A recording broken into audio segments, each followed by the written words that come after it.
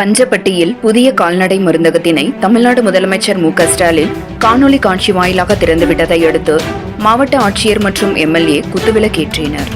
கரூர் மாவட்டம் குளித்தலை அருகே பஞ்சப்பட்டியில் தமிழ்நாடு கால்நடைத்துறையின் சார்பில் புதிய கால்நடை மருந்தகம் கட்டப்பட்டது. இந்த மருந்தக கட்டிடத்தினை தமிழ்நாடு முதலமைச்சர் மு.க.ஸ்டாலின் காணொலி காட்சி வாயிலாக இன்று திறந்து வைத்தார்.